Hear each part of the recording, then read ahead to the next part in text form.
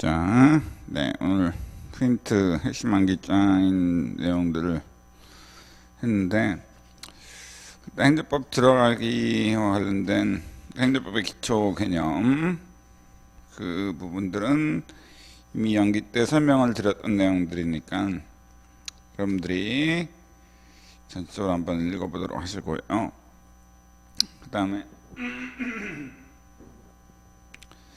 자, 행정구조의 개관, 이 부분도 여러분들이 한번 읽어보도록 하시기 바랍니다. 행정구조의 개관, 이거는 여러분들이 알아두시긴 하셔야 되는데, 이 부분에 대해서는 실제로 2기 때 본격적으로 이제 사례 문제를 풀면서 설명을 드릴 수 있도록 하겠습니다. 그 다음에 행정심판 개관, 행정소송 개관 이렇게 있는데요. 이거는 전적인 큰 행정심판과 행정소송, 전적인 큰 그림을 그린 거니까 이미 연기 때 기본적인 내용들은 숙지를 했으니까 여러분들이 한번 읽어보시기를 당부드립니다.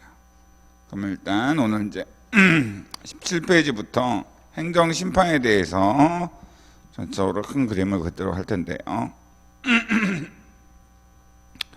자, 일단 행정심판, 일단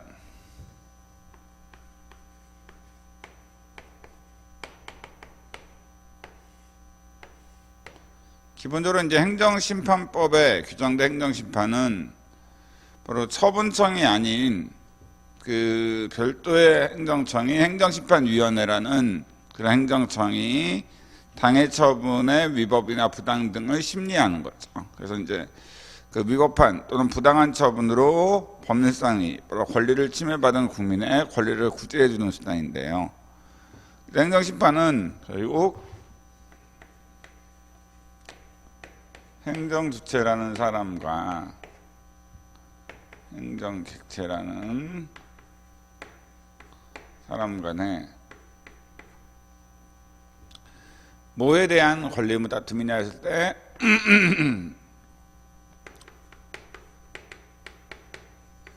처분에 대한, 처분이라는 작용에 대한 권리 의무 다툼이 생겼을 때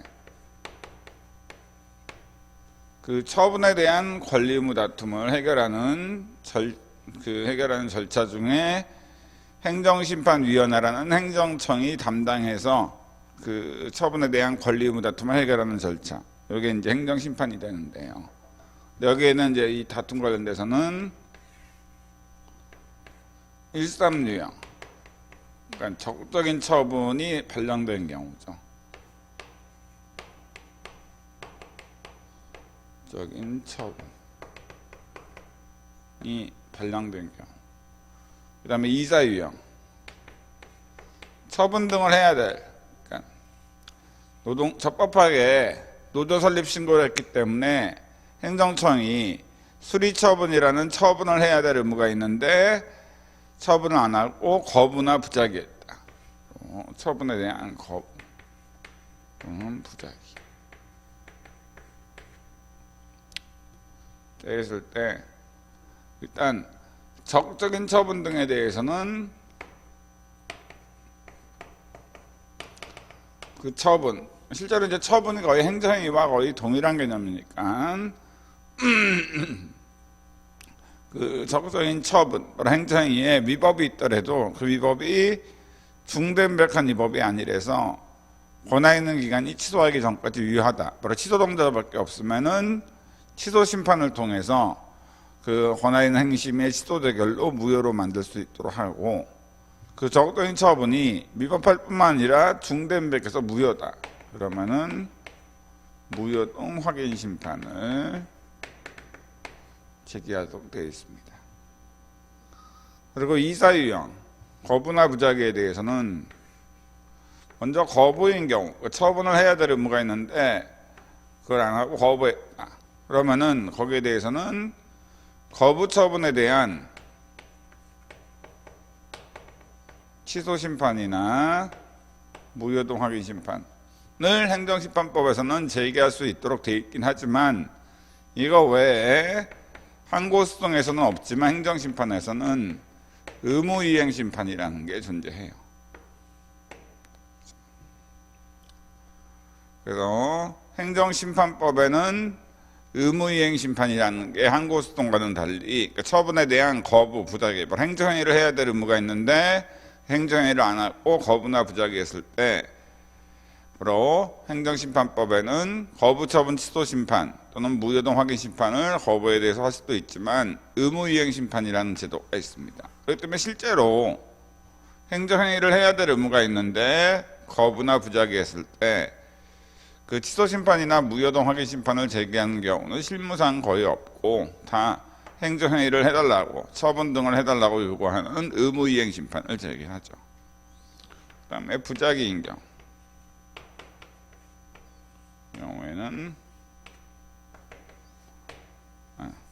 행정심판으로는 의무이행심판만 제기할 수 있습니다. 항고소송으로는 부작위 위법 확인 소송이라는 제도가 있습니다만은 행정심판에는 부작위 위법 확인 심판이라는 행정심판은 없고 행정심판법에는 부작위에 대해서는 오로지 의무이행심판만 청구하도록 되어 있습니다. 그리고 행정심판법에 규정된 행정심판은 크게 취소심판과 무효동 확인심판, 그 다음에 그 거부인 경우에는 거부나 부작위인 경우 의무이행심판 이렇게 세 가지가 있다. 바로 행정심판에는 취소심판과 무효동 확인심판, 그 다음에 의무이행심판 이렇게 세 가지가 있다고 보시면 됩니다. 그리고 참고로 행정심판법에 규정된 행정심판의 대상은 처분 등에 대해서만 행정심판의 대상으로 하기 때문에 처분 등의 개념에 해당하지 않는 비권력 적용에 대한 권리 의무 다툼에 대해서는 행정심판을 통해서 권리구제를 받을 수는 없어요. 그러니까 국가 등과 어떤 행정주체와 행정객체 간에 비권력 적용에 대한 권리 의무 다툼이 생겼다. 여기에 대해서는 행정소송법상 당자소송이라는 소송을 통해서 그 비권력 적용으로 인한 권리 침해를 구제받을 수 있지만 행정심판법에는 오로지 처분, 바로 행정행위에 대한 권리 의무 다툼에 대해서만 구제받을 수 있도록 되어 있고 비권력 적용, 바로 처분 등이 처분의 개념에 해당하지 않는 비권력 적용에 대한 다툼에 대해서는 행정심판을 제기할 수 없도록 하고 있습니다. 자, 그러면 일단 행정심판은 일단 큰 그림을 이뤘고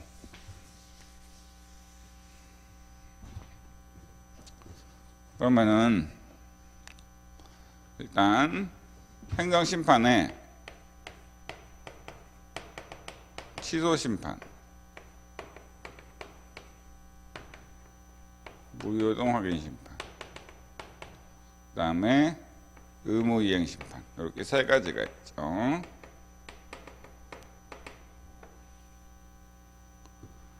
취소심판과 무효동 확인심판, 의무이행심판 이렇게 세 가지가 있는데요.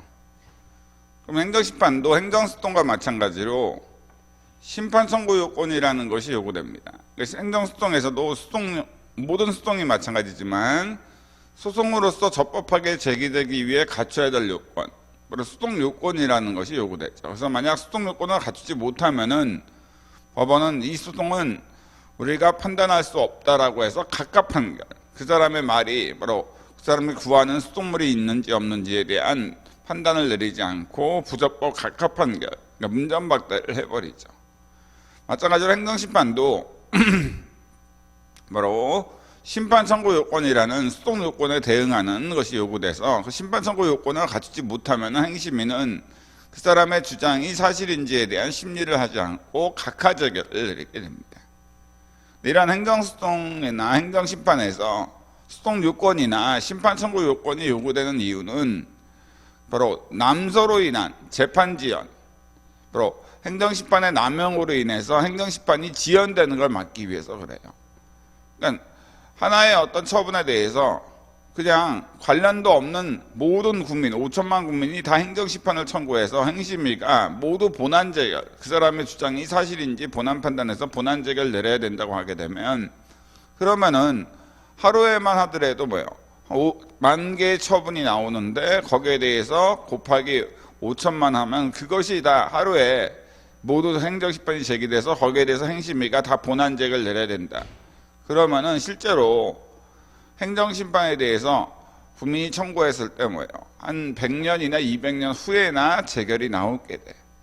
그렇게 되면은 결국 그 실효적인 권리구제가 될 수 없게 되겠죠. 그죠?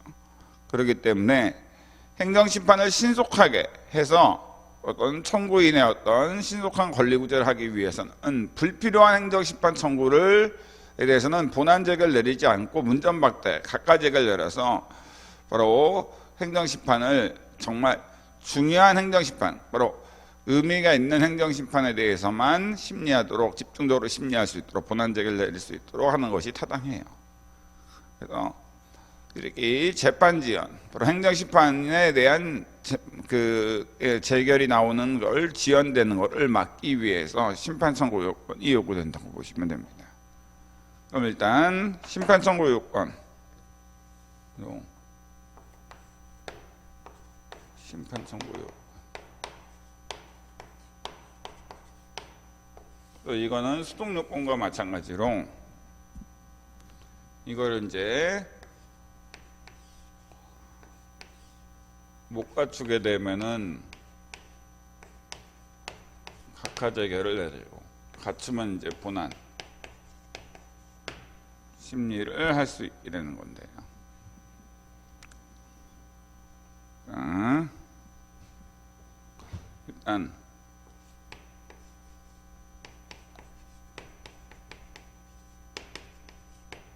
대상적격. 일단 그 대상적격, 적격이라는 게 자격을 의미하기 때문에 행정심판의 대상이 될 수 있는 자격이 있는 행위는 뭐냐 했을 때 취소심판의 대상에 대해서는 행정심판법에서 처분, 바로 취소수동의 대상적격인 처분만이 취소심판의 대상이 될 수 있도록 돼 있어요. 단지 행정심판법에서는 대통령의 처분은 행정심판의 대상에서 제외하도록 되어 있습니다. 그러므로 대통령이 내린 처분에 대해서 만약 행정심판을 청구했다, 취소심판을, 그럼 행심위는 이거는 취소심판의 대상으로서의 자격, 대상적격을 갖추지 못했는 바 우리가 판단할 수 없다라고 해서 각하재결을 내립니다. 단지 이거는 대통령의 처분이 행정심판 대상에서 제외된 이유는 바로 대통령은 행정심판에 대해서 판단을 하는 행정심판위원회라는 행정청보다 상급행정청이에요. 상급행정청이 내린 행위에 대해서 하급행정청이 위법이 있는지 부당이 있는지를 심리해서 판단 내리는 것은 그 행정조직, 바로 피라미드 계층으로 되어 있는 행정조직의 어떤 원리에 비추어 타당치 못하다는 거죠. 그렇기 때문에 행심위는 대통령이 내린 처분에 대해서는 행정심판의 대상으로 삼을 수가 없어요. 행정심판법에 이렇게 되어 있는 거예요. 단지 거기에 비해서 행정소송에서는 당연히 대통령이 내린 처분도 국민의 권리를 침해하고 있으면은 당연히 뭐예요? 행정소송의 대상이 됩니다. 왜냐하면 행정소송은 담당기관이 대통령과는 전혀 다른 그 법원에 수독되어 있는 판사가 하나이기 때문에 판사는 행정조직이 아니라 법원조직이란 말이에요. 그러니까 전혀 독립된 국가기관이기 때문에 대통령과 판사 간의 관계는 상하 관계가 아니라 대등 관계예요. 그렇기 때문에 판사가 대통령이 내린 처분에 위법을 심리하는 것은 그 행정조직의 어떤 피라미드 계층 구조, 상하 관계에 전혀 문제될 것이 없습니다. 행정조직이 아니기 때문에 판사는. 그렇기 때문에 대통령이 내린 처분에 대해서는 행정심판은 청구할 수 없으나 행정소송은 제기가 가능합니다. 그래서 예전에 대통령이 한국방송공사 KBS 사장인 정현주라는 사람한테 그 사장, KBS 사장 해임 처분을 했어요. 여기에 대해서는 정현주 사장은 행정심판을 청구할 수는 없었고, 그래서 바로 무효확인소송이라는 항고소송을 제기를 했습니다. 아시겠죠? 자, 됐고요. 그다음에 무효동 확인심판의 대상. 또 마찬가지로 취소심판과 마찬가지로 처분입니다. 그다음에 의무이행심판에 대해서 의무이행 심판의 대상은 거부처분 또는 부작위죠. 근데 이때의 거부처분이나 부작위의 개념은 행정심판법상의 행정소송법상의 거부처분과 부작위와 동일한 개념이에요. 아시겠죠? 그렇기 때문에 의무이행 심판의 대상 역격인 거부처분과 부작위가 되려면은 바로 행정소송법에서 얘기했던 거부처분과 부작위의 개념에 충족이 돼야 됩니다. 아시겠죠? 그래서 그거에 대해서 좀 설명을 드린다면, 일단 이 거부처분과 부작위와 관련돼서 판례는 일단 거부 먼저 한다면, 판례 입장은 기본적으로 어떤 국민의 어떤 신청에 대해서 행정청이 바로 그 신청을 받아들이지 않고 거부하는 행위가 항고소송의 대상인 처분, 바로 거부처분이 되기 위해서는 바로 행정청의 거부가 취소소송의 대상인 처분, 바로 거부처분이죠. 그러니까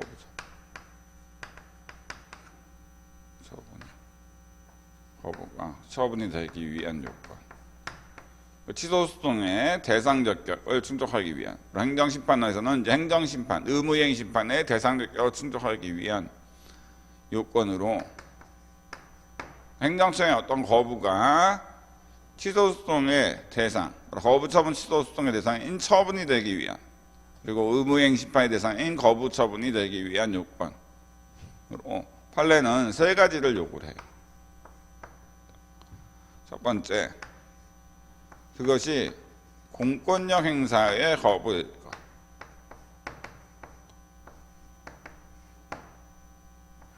그 다음에 두 번째로, 당의 거부로 국민의 권리 의무에 직접 영향을 미칠 것. 당의 거부가 국민의 권리 의무에 직접적인 영향을 미칠 것.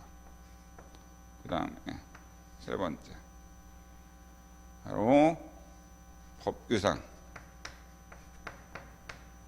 또는 조리상 신청권이 있을까.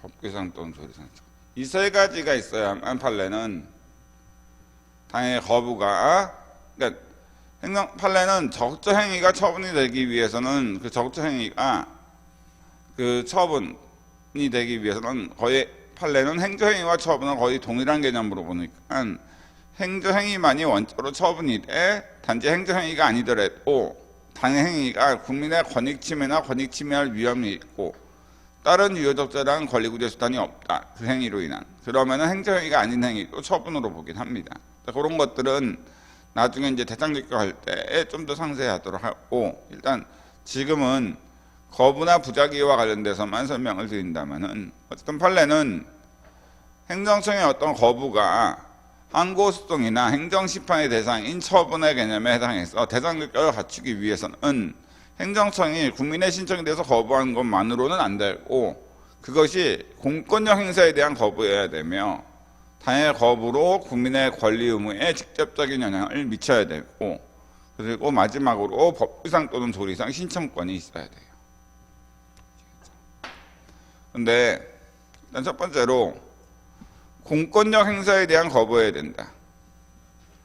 그때 이 공권력 행사라는 것은 공이라는 것 자체가 공법 적용을 의미합니다.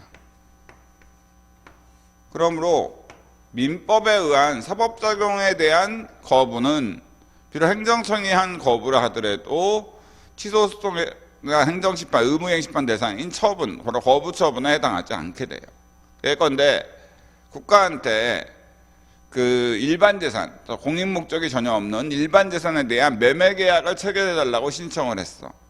사법상 계약이라는 사법 적용을 해달라고 신청했는데 국가가 거부했어. 그럼 이때 거부의 대상이 된 것은 매매 계약 체결이라는 사법상 계약, 사법 적용에 대한 거부이기 때문에 공권력 행사에 대한 거부가 아닙니다. 공법 적용에 대한 거부가 아니고, 공권력 행사가 되려면 일단 공법 적용해야 되는데 공법 적용에 대한 거부가 아니므로 당연히 항고소송 대상인 처분의 개념에 해당할 수 없어요. 그래서 만약 거기에 대해서 매매 계약을 체결해 달라고 신청했는데 거기에 대해서 행정청이 거부했어.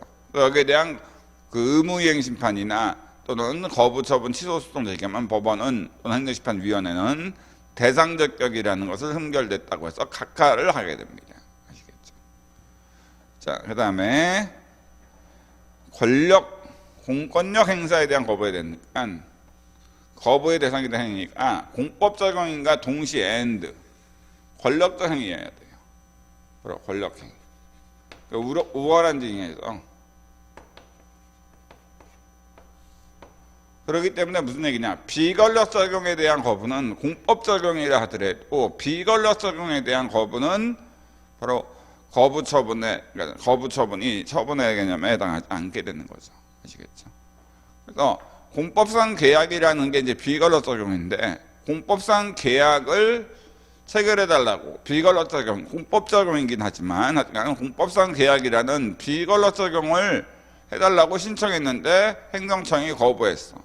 그럼 이거는 공권력 행사에 대한 공법 적용이긴 하지만 권력이 아니라 비권력 적용이기 때문에 공권력 행사에 대한 거부가 아니기 때문에 바로 비권력 적용에 대한 거부니까 항고소송의 대상인 처분의 개념에 해당할 수 없습니다.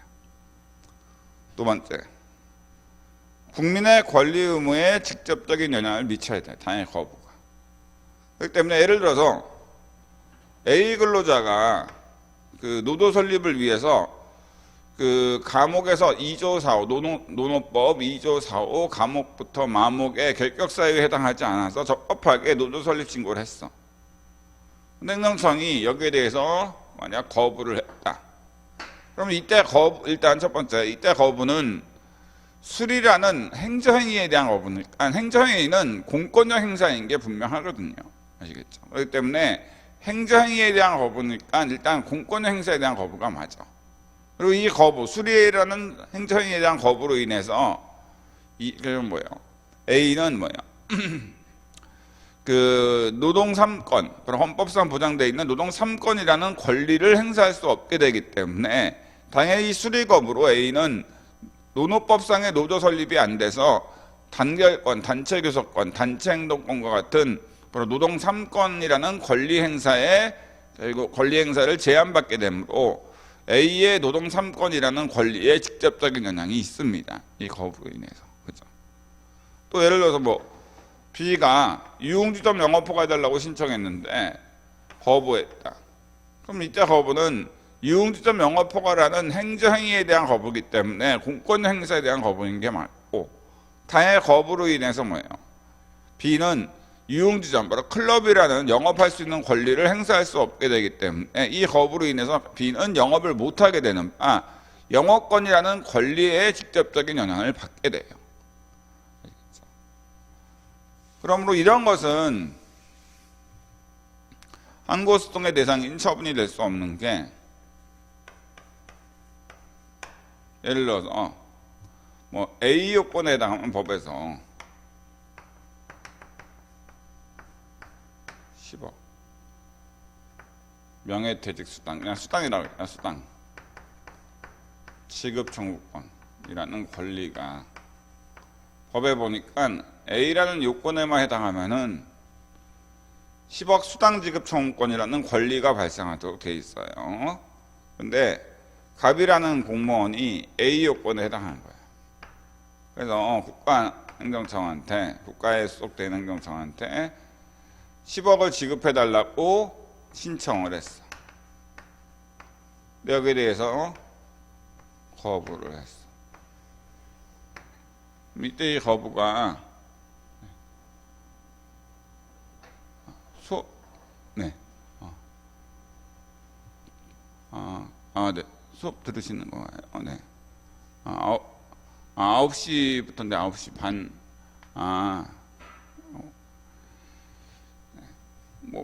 좀 이렇게 착오가 좀 있었던 것 같습니다. 네. 자, 어쨌든 이 거부가 항고소송 대상인 처분인가? 이거와 관련돼 가지고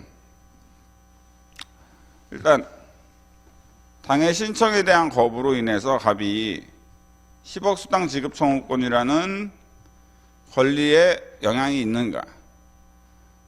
이미 법에 따르면은 A 요건에 해당하면은 10억 수당 지급 청구권이라는 권리가 이미 발생돼 있는 상태이기 때문에 이 사람이 국가가 거부하던 거부할아버지를 하던 이미 법의 요건에 해당해서 이미 법에 의해서 권리가 발생돼 있는 상태야. 그러므로 국가가 이 사람의 신청에 대해서 거부한다고 해서 갑의 권리에는 어떠한 영향도 안 미쳐요. 그러니까 이 신청에 대한 거부로 인해서 갑의 권리가 박탈된다거나 또는 권리 행사를 못한다거나 그런 게 아니라 법에 따르면 A 요건에 해당하기만 하면은 이미 10억 주당 지급 청구권이라는 권리가 발생돼 있는 상태야. 그러므로 여기에 대해서는 그 국민의 권리 의무에 직접 영향을 미치지 못하므로 이거는 항고소송의 대상 또 행정심판의 대상인 처분 또는 거부 처분으로서 처분의 개념에 해당하지 않게 되죠.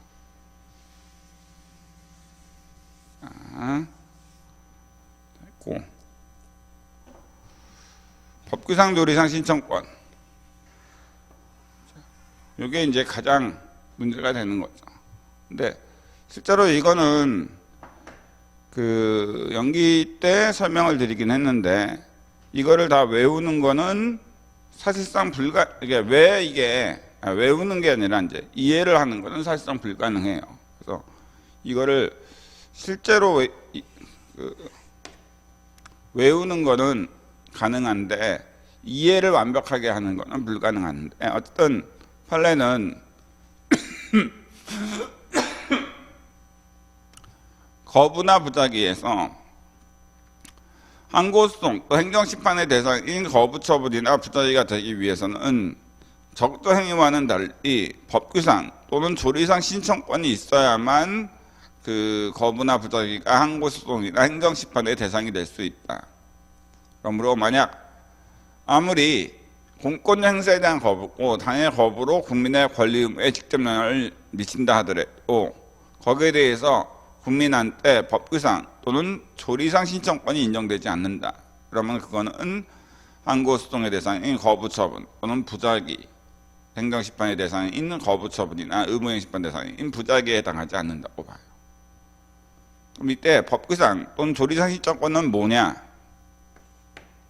바로 판례의 표현에 따르면 뭐 일반적 수상적 응답 신청권이라고 하는데 그냥 어렵게 생각할 필요 없이 일반 국민이 어떤 행위에 대해서 어떤 응답이든 응답을 요구할 수 있는 권리라고 보면 돼요. 어떤 행위든 어떤 행위에 대해서 어떤 응답이든 응답을 해달라고 요구할 수 있는 권리. 그래서 그 소재기와 원고와 상관없이 그러니까 자기한테 어떤 특정한 내가 허가 요건을 모두 갖췄으니까 허가해달라. 내가 노조 설립 요건을 모두 갖췄으니까 노조 설립 신고에 대해서 수리 처분해달라. 이런 권리가 아니라 나의 신청이나 신고에 대해서 어떤 응답이든 응답을 해달라. 그러니까 허가를 하던 거부를 하던 노조 설립 신고에 대해서 수리를 하던 거부를 하던 어떤 응답이든 응답을 해달라고 요구하는 일반적 추상적 응답 신청권이라고 판례가 표현하죠.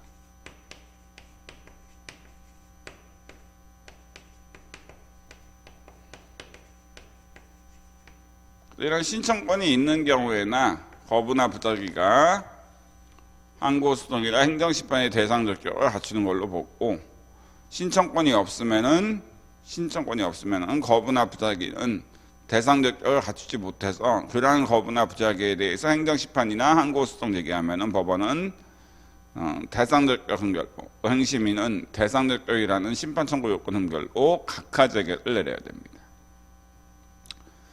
근데 어쨌든 왜 판례가 그러면은 굳이 이 법규상 또는 조리상 신청권이 있는 경우에만 거부나 부작위에 대해서 그 대상 적격을 인정하느냐? 그거는 만약 신청권이 없는 경우에도 그 공권 행사에 대한 거부고 국민의 권리 의무에 직접 영향을 미친다고 해서 만약 거부나 부작위 대상 적격을 갖추는 걸로 보게 되면은 그러면 남소로 인한 재판 지연을 막을 방법이 없어서 그래요. 예컨대 국민이 그냥 일반 국민이 잠을 자다가 갑자기 깨서 나는 국무총리 되는 게 적당하다고 생각해서 대통령한테 또는 뭐 또 다른 사람한테 뭐 국무총리 임명을 해달라고 신청을 했어. 근데 여기에 대해서 대통령이 거부를 했어. 이런 경우 일단 당의 거부는 공권력 행사에 대한 거부인 건 분명해요. 그리고 국무총리 임명은 당연히 그 국가공무원법에 근거한 공법 적용과 동시에 대통령이 일방적으로 하는 권력적 행위이기 때문에 공권력의 행사인 게 분명해요. 국무총리 임명은 행정행위니까 행정행위라는 공권력 행사에 대한 거부인 게 분명하고, 당의 거부로 인해서 A는 뭐예요? 바로 국무총리가 될 수 있는 권리, 이제 공무원이 될 수 있는 권리를 공무단임권이라고 하는데, 공무단임권이라는 권리를 행사할 수 없게 되기 때문에 A의 권리, 공무단임권이라는 권리 행사에 영향을 미쳐. 자, 근데 이런 경우, 그래서 이제 이게 공권력 행사에 대한 거부고 국민의 권리 의무에 직접 영향을 미치니까 여기에 대해서 만약 의무이행 심판이나 거부처분 취소 소송을 제기했을 때 법원이 대상적격 갖춘다고 해서 본안 심리를 해서 본안 판단을 다 해줘야 된다. 그렇게 되면은 실제로 국무총리가 되고자 하는 5천만 국민이 모두 대통령한테 국무총리 임명 신청을 했는데 거기에 대해서 거부되면은 5천만 국민이 모두 행정심판이나 항고소송을 제기할 거고, 거기에 대해서 5천만 개에 대해서 다 일일이 본안 심리에서 본안 판결을 내려줘야 된다. 그러면은 정말 이런 쓰잘데기 없는 사건에 대해서 뭐예요? 법원 판사들이 또는 행정심판위원회가 다 5천만 개의 본안 판단을 해서 본안 판결을 내려줘야 된단 말이에요. 그러면 정작 중요한 사건에 대해서는 뭐예요? 바로 재판이 지연될 수밖에 없는 거지. 그러니까 말이에요, 정말 지금 당장 그 처리를 빨리 해줘서 권리구제를 해줘야 되는 사건에 대해서는 한 100년 후에나 판결이나 100년 후에 이런 쓰잘데기 없는 신청에 대한 거부나 부작위에 대해서 본안 심리를 하게 되면은 워낙 사건이 많아지다 보니까 뭐예요? 본안 판결 내려야 될 사건이 많아지다 보니까 정작 중요한 사건에 대해서는 100년 후에나 판결이 나올 수밖에 없어서 신속한 권리구제가 안 된다는 거죠.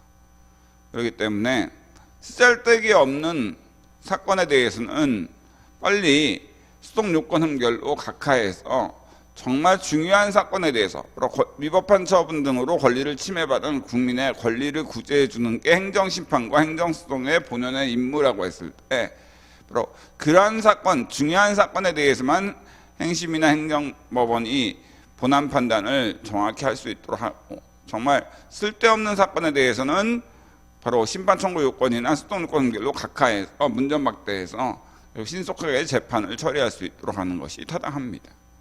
그래서 결론적으로 말씀드린다면 판례가 거부나 부작위에서 일관되게 일반적 추상적 응답시적, 그러니까 법규상 또는 조리상 신청권을 그 대상적격에서 요구하는 이유는 결국 남소로 인한 행정심판의 남용으로 인한 재판 지연, 행정심판에 대한 판단이 늦게 나오는 것을 막아서 신속한 국민의 권리 구제를 위해서 이런 것을 요구한다고 보시면 돼요. 자, 그랬을 때 결국 판례에 따르면은 그러면 어떤 경우에 거부나 부작위에서 그 법규상 또는 조리상 신청권이 인정되느냐? 어차피 뒤에서 이제 핵심 암기장에 이제 프린트로 나갈 텐데 거기에 다 뒤에 이제 나중에 나와 있겠습니다만은 어떤 판례는 일단 거부나 부작위와 관련돼서 법규상 신청권이 인정되는 경우랑 조리상 신청권이 인정되는 경우 이렇게 나눠서 첫 번째로 법규상 신청권이 인정되는 경우는 첫째로 근거법에서 어떤 행정행위를 신청할 수 있다, 또는 신고할 수 있다, 요구할 수 있다, 제한할 수 있다, 뭐 청구할 수 있다, 이런 표현이 있다. 당의 행정행위의 근거법에서 신청의 대상이 된 행위의 근거법에서 국민들한테 어떤 행위를 신청할 수 있다, 신고할 수 있다, 요구할 수 있다, 제한할 수 있다, 국민들이 또 어떤 행위를 청구할 수 있다. 이런 표현이 있으면 적어도 국민들이 당의 행위에 대해서 신청을 할 수 있는 권리는 인정되는 거다. 법에서 신청할 수 있다고 규정하고 있으니까. 그래서 노동조합 설립신고에 대한 수리 거부가 항고소송의 대상이 되는 처분이 되는 이유는 일단 노동조합 설립 신고에 대한 수리 거부는 수리라는 행정행위, 공권 행사에 대한 거부고, 당해 거부로 인해서 그 근로자는 노동3권이라는 권리의 어떤 침해를 받기 때문에 국민의 권리에 직접적인 영향이 미치며, 그다음에 노동조합 설립 신고에 대한 수리 거부는 근거법인 노노법에서 노동조합 설립을 신고하도록 규정하고 있거든요. 그렇기 때문에 신고라는 표현이 명문으로 규정되어 있으므로 법규상 신청권이 인정돼요. 그렇기 때문에 노동조합 설립 신고에 대한 행정청의 거부는 결국 그 이 세 가지 요건을 모두 갖추기 때문에 판례에 따랐을 때 거부 처분으로서 처분성이 인정이 돼요. 그래서 의무이행 심판이나 항고소송으로 얘기한다면 거부 처분 취소 소송의 대상 적격을 갖추게 되는 거죠. 두 번째, 신청의 대상인 행위가, 그러니까 그 근거법에서 명문으로 당해 행위를 신청할 수 있다, 청구할 수 있다, 요구할 수 있다, 뭐 신고할 수 있다 이런 표현이 없더라도 신청의 대상인 행정행위가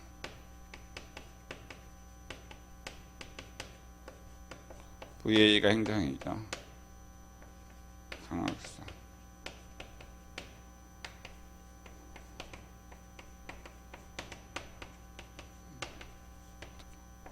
강학상 허가나 인가, 특허인 경우 신청의 대상이 된 행정행위가 강학상 허가나 특허 인가이다. 노무법인 설립 인가를 신청했는데 노무사들이 이 설립 요건을 모두 갖춰서 근데 여기에 대해서 거부했다. 그럼 노무법인 설립 인가에 대한 거부가 항고소송, 행정심판의 대상인 처분의 개념, 대상적격을 갖추느냐. 노무법인 설립 인가에 대한 거부는 그러니까 인가라는 행정행위에 대한 거부이기 때문에 공권 행사에 대한 거부고, 당해 거부로 인해서 그 노무사들은 노무법인을 설립하지 못해서 결국 노무사로서의 영업권을 행사하는 데 제한을 받게 되니까 국민의 권리 의무에 직접적인 영향을 미쳐요. 그다음에 마지막으로 신청권이 있는가 라고 했을 때 그 노무법인 설립 인가에 대해서 신청할 수 있다는 명문의 규정이 없더라도 그 신청의 대상이 된 노무법인 설립 인가는 강학성 인가거든요. 인가. 그렇기 때문에 보통 인가는 상대방의 신청을 요건으로 해서 이루어지는 쌍방적 행정행위란 말이에요. 상대방이 인가 신청을 하지도 않았는데 인가를 해주는 경우는 없어. 그래서 일반 국민들의 어떤 신청에 의해서 이루어지는 행정행위이기 때문에 그러니까 신청의 대상 행위가 강학상, 학문상, 인가나 허가나 특허이다. 그러면은 그런 경우에는 법규상 신청권이 인정이 됩니다. 조리상,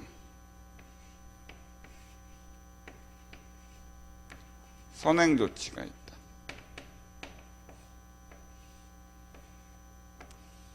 그러니까 1번도 아니고 2번도 아니지만 1번, 그러니까 근거법에서 어떤 행위를 신청할 수 있다는 규정이 없어. 또 2번으로 근거법, 당해 신청에 대한 행위가 강학상 인가와 같은 것도 아니에요. 그렇더라도 선행조치, 획세를 치면 약속이라고 보시면 되죠. 행정청이 어떤 행정행위를 해주겠다고 약속을 했으면 그 약속을 믿은 국민의 신뢰를 보호해줘야 되기 때문에 그런 경우에 조리상 신청권을 인정해요. 그러니까 그 사람한테, 공무원한테 너를 3급 공무원으로 승진 임명시켜주겠다고 약속을 했어. 근데 그 약속에 대해서 지키라고 신청을, 승진 임명시켜달라고 신청했는데 행정청이 거부나 부작위했다. 이랬을 때 신청권이 인정되느냐? 라고 했을 때 승진 임명에 대해서는 국가공무원법이나 지방공무원법 어디에도 공무원들이 승진 임명을 신청할 수 있다, 청구할 수 있다 이런 표현이 없어. 또 승진 임명은 강학상 인가와 특허가 아니에요. 그랬더니 그 사안에서 그 상대방한테 4급 공무원인 상대방한테 3급 공무원으로 승진시켜주겠다라고 임명권자가 약속으로 선행조치를 했기 때문에 그런 선행조치를 믿은 국민의 신뢰를 보호하기 위해서 상대방이 공무원, 4급 공무원은 3급 공무원으로 승진 임명을 해달라고 요구할 수 있는 조리상 신청권이 인정된다고 봐요.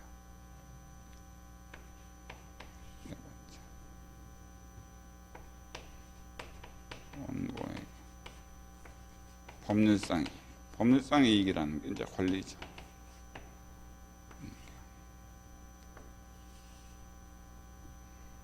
법률상 이익이라는 것은 넓은 의미의 권리인데 그냥 권리라고 일단.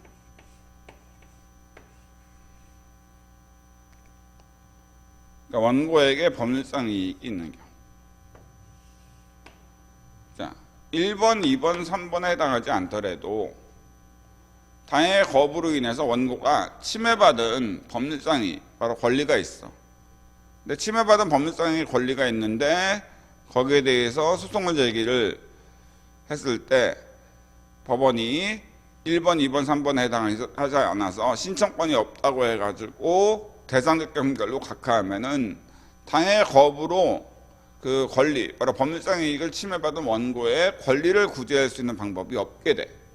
근데 지금 위법한 거부 처분으로 인해서 원고가 권리를 침해받았는데 이 권리를 구제할 수 있는, 거기서 의무이행 심판이나 항고소송으로 거부 처분 취소 소송 얘기했는데 여기에 대해서 원고가 침해받은 권리가 있음에도 불구하고 1번, 2번, 3번에 해당하지 않는다고 해서 원고적 경결로 각하하게 되면은, 그렇게 되면 원고의 침해받은 권리를 구제할 수 없게 돼.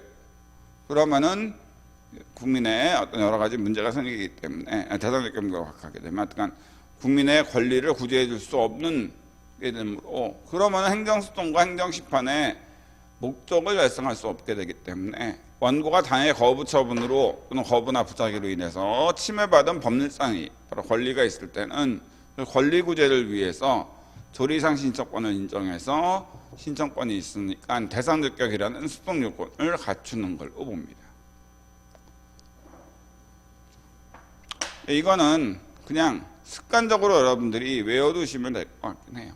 이거는 사실, 근데 이거는 나중에 또 거부 처분에 대해서 할 때 설명을 어느 정도 드리긴 하겠지만 기본적으로 일단 습관적으로 외워둔다, 이렇게 생각하시면 될 것 같습니다. 습관적으로 외워둔다. 자,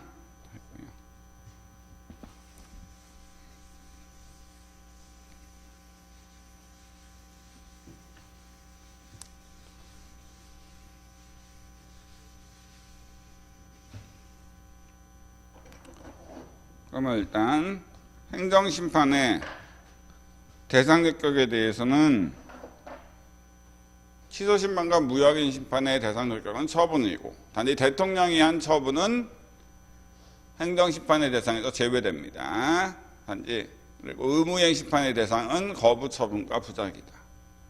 이런 것이 돼야만 대상적격이라는 대상으로서 자격이 있어서 본안심리, 본안 재결이 가능하게 돼. 그 다음에 청구인 적격.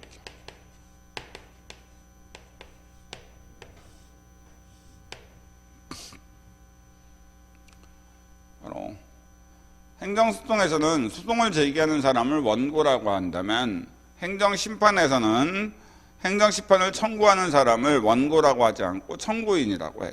그럼 청구인 적격은 이제 자격을 의미하니까 청구인이 될 수 있는 자격이 있는 사람이 누구냐?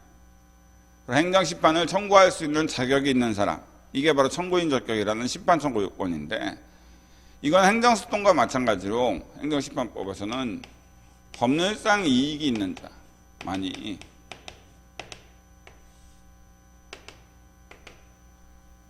법률상 이익이 있는 자만이 청구인 적격을 갖는다고 봐요. 때문에 당해 처분이 비록 처분으로 또는 뭐 하여간 처분의 개념, 또 거부처분 부작위, 그러니까 대상적격을 갖췄어. 그렇더라도 행정심판을 청구한 청구인한테 당해 처분으로 침해받은 법률상 이익이 없다. 그러면 청구인 적격 판결로 각하하게 됩니다. 근데 이 법률상 이익이 뭐냐? 라고 했을 때 여러 가지 학설이 있습니다만은 저는 원고 적격할 때 상세하게 얘기를 하고, 기본적으로는 뭐예요? 넓은 의미의 권리, 그냥 권리라고 보시면 되겠죠. 좁은 의미의 권리는 아니고, 물론 이제 광의, 넓은 의미의 권리죠. 권리라는 게 법에 의해 보호되는 특정한 사람의 이익을 권리라고 하니까, 결국 원고가 당해 처분으로, 그러니까 청구인이 침해받은 이익이 당해 처분 시 적용되는 법에 의해서 보호되는 이익, 바로 권리다. 그러면은 법률상 이익이 있으니까 청구인 적격이 인정되는데, 원고가 당해 처분으로 침해받은 이익이 없거나 침해받은 이익이 있더라도 그것이 당해 처분 시 적용되는 법에 의해서 보호되는 권리가 아니다. 그러면은 법률상 이익이 없으니까 청구인 적격 결로 각하하게 됩니다. 그 다음에 피청구인 적격.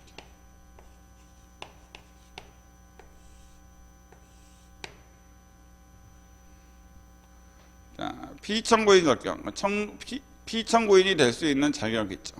여기에 대해서는 행정시판법은 처분 행정소송과 마찬가지로 처분행정처 이렇게 규정하고 있어요. 자, 근데 이때 이 처분행정처의 의미, 여기서 원래 행정청은 연기 때도 설명드렸지만 국가지자체 의사를 결정해서 그 의사를 외부에 표시할 수 있는 행정기관을 말하는데, 행정소송법이나 행정시판법에서 얘기하는 행정청이라는 개념은 바로 행정소송법상 행정청, 행소법상 행정청, 행정소송법상의 행정청. 그럼 행소법상 행정청이라는 건 뭐냐? 그냥 법에 의해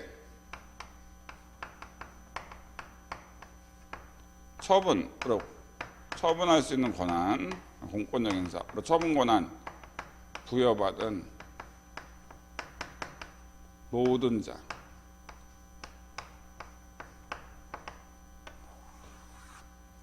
그러니까 행정시판법과 행정소송법에서 규정하고 있는 행정청의 개념은 행정소송법상 행정청, 법에 의해서 처분할 수 있는 권한을 부여받은 모든 자를 의미합니다.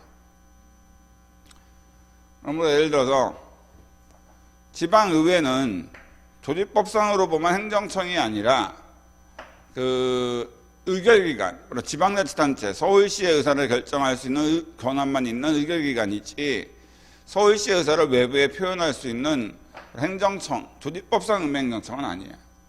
지방의회도 지방자치법이라는 법에 의해서 징계결, 그러니까 지방의회 의원에 대해서 징계결 처분할 수 있는 권한을 부여받아서 지방의회 의원 명의로 징계결 처분했다.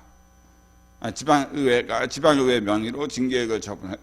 지방의회 의원한테. 그러면 그때는 그 법인에서 지방의회는 지방자치법이라는 법에 의해서 징계결 처분할 수 있는 권한을 부여받았기 때문에 그 범위 내에서 지방의회는 행정청으로 행정소송법상 행정청으로서 피청구인으로서의 자격이 있게 됩니다. 그리고 앞으로도 뭐 누차 나오기도 하고 하겠지만 권한 위임 또는 위탁, 이거는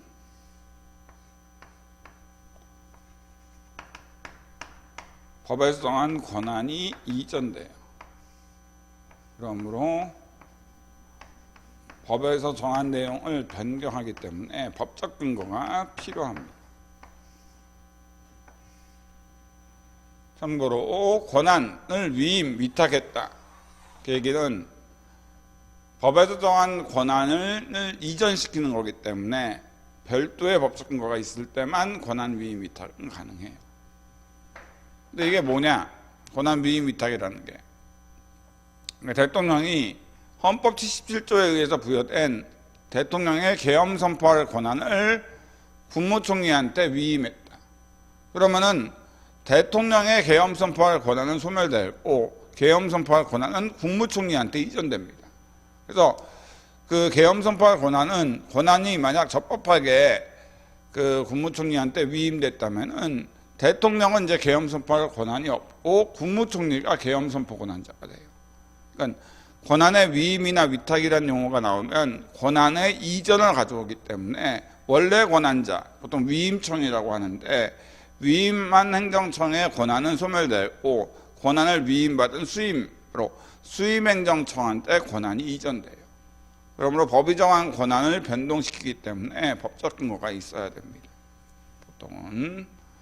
근데 이 얘기를 하는 이유는 아무래도 원래 국토교통부 장관이 자신의 처분할 수 있는 권한을 법에 의해서 한국산업인력공단한테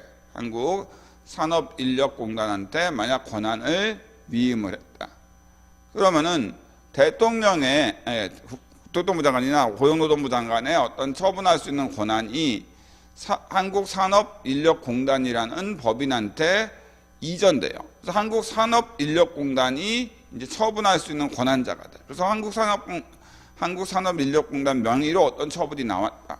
그때 그 한국산업인력공단은 그리고 법에 의해서 처분할 수 있는 권한을 이제 위임 위탁받아서 부여받았으니까 부여받은 모든 자에 해당하니까 한국산업인력공단이라는 그러한 기타 공법상 법인이 바로 처분행정청, 바로 행정소송법상 행정청의 개념에 해당하게 됩니다. 자, 그다음에 네 번째.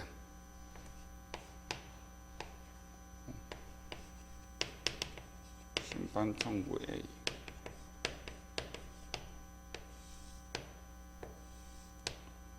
이거는 뭐 협의의 소익과 동일하다. 뒤에서 이제 배우게 될 취소 소송의 협의의 소익과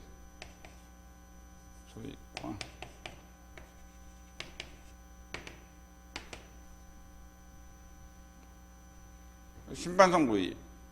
이거는 심판 청구의 이익이라는 심판 청구 요건은 취소 소송에서의 소송 요건인 협의의 소익과 동일하다라고 보시면 돼요. 근데 협의의 소익이 뭡니까? 소송 요건으로. 그러니까 원고가 본안 승소 판결을 받았을 때 회복된 이익. 그러니까 취소 소송이라고 얘기한다면 원고가 취소 판결을 받을 실익. 이걸 협의의 소익이라고 하죠. 그러니까 행정심판에서도 심판 청구 이익이 그와 동일하게 요구되니까 취소 심판에서 원고가 취소 재결을 받는다 하더라도 당해 처분에 대한 취소 재결, 인용 재결, 그러니까 취소 재결을 통해서 원고한테 회복된 이익이 없다. 그러면 이런 경우에는 바로 그 취소 재결을 받을 실익이 없으니까 심판 청구 이익이 없어서 이제 각하 재결을 당하게 됩니다. 그러니까 심판 청구 이익은 협의 소익과 마찬가지로 원고가 본인이 청구한 행정심판에서 인용 재결을 받는다 하더라도 그걸로 인해서 원고한테, 그러니까 청구인한테 회복된 이익이 없다. 그러면은 꼭 심판 청구 이익 흥결로 각하되게 된다고 보시면 돼요. 그러니까 철거명령 취소 심판에서 원고가 취소 재결을 받을 실익은 철거명령 취소 재결을 통해서 철거명령을 무효로 만들어서 자신의 어떤 건축물이 철거되는 걸 막기 위한 건데 철거명령 취소 심판 도중에 이미 그 권한행정청이 강제 철거해서 이미 건물이 철거가 완료돼 버렸어.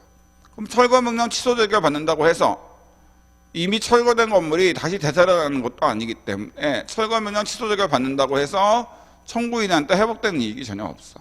때문에 이때는 취소 재결 받을 실익, 심판 청구 이익이 없으니까 각하 재결을 받는다고 보시면 됩니다. 그 다음에 심판 청구 기간.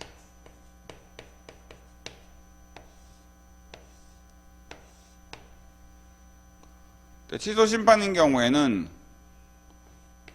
처분이 있음을 알았을 때는 처분이 있음을 안날로부터는 90일. 처분이 만약 처분이 있음 몰랐으면은 처분이 있은 날로부터 1년. 1년 180일이죠.